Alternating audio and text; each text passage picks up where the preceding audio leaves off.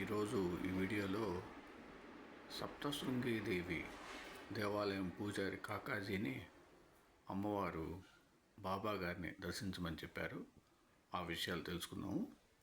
ఒకసారి వనిలోని సప్తశృంగి దేవాలయం పూజారి కాకాజీకి ఎన్నో కష్టాలు వచ్చాయి. అతడు ఆ దేవిని ప్రార్థిస్తే ఆమె కలలో కనిపించి బాబాను దర్శించమని చెప్పింది. నాటికి సాయి ఖ్యాతికెక్కలేదు. ఆమె మాటలు అర్థం కాక త్రయంబకం వెళ్ళి 10 రోజులు శంకరుణ్ణి సేవించాడు. కానీ శాంతి కలగలేదు. అతడు తిరిగి సప్తశృంగి దేవిని ప్రార్థిస్తే మరలా స్వప్న దర్శనమిచ్చి నేను చెప్పినది షిరిడీలోని సాయి సమర్థుల గురించి అన్నది. కానీ అతనికి షిరిడీ ఎక్కడున్నదో కూడా తెలియలేదు. ఒకరోజు చిత్రంగా షిరిడీ నుండి శ్యామ అతని వద్దకు వచ్చాడు. ఒకప్పుడు శ్యామ తల్లి శ్యామకు జబ్బు చేస్తే ఆ దేవికి మొక్కుకున్నది కానీ తీర్చలేదు. అందుకే ఆ కష్టాలు వచ్చాయని ఒక దైవజ్ఞుడు చెప్పాడు. శ్యామ ఆ మొక్కులు బాబాకే సమర్పించబోతే ఆయన వాటిని వనిలోనే చెల్లించాలని చెప్పారు. అందుకే అతడు వని వచ్చాడు.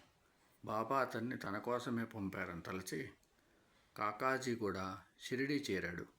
సాయిని చూడగానే అతడికి శాంతి లభించింది. సరి అయిన దేవతారాధన సద్గురువును చూపుతుంది. సరైన దేవతారాధన సద్గురువును చూపుతుంది. సప్తశృంగిదేవి దేవాలయం అమ్మవారు తన భక్తుడిని, తన పూజారిని బాబా గారి దగ్గరికి పంపించారు. ఇట్లాంటి ఏమీ తెలుసుకోము, చదవము, కానీ బాబా గారి గురించి మటుకు విమర్శ మటుకు బాగా చేస్తాము. అందుకే ప్రతి సాయి భక్తుడు కూడా ఏ విమర్శను కూడా మనం యాక్సెప్ట్ చేయాల్సిన అవసరం లేదు. సాయిబాబా జీవిత చరిత్ర సంస్థానం వాళ్ళది ఉంది. అట్లాగే కిరాల భరద్వాజ మాస్టర్ గారు రాసింది ఉన్నది. భరద్వాజ మాస్టర్ గారు చాలా పుస్తకాలు రాశారు. సాయిబాబా జీవిత చరిత్ర ఉంది, సాయి సన్నిధి ఉంది, సాయినాథ ప్రబోధామృతం ఉంది. ఇంగ్లీష్లో కూడా సాయిబాబాది మాస్టర్ రాశారు. శ్రీ గురు చరిత్ర చాలా అనేకమైన పుస్తకాలు ఉన్నాయి.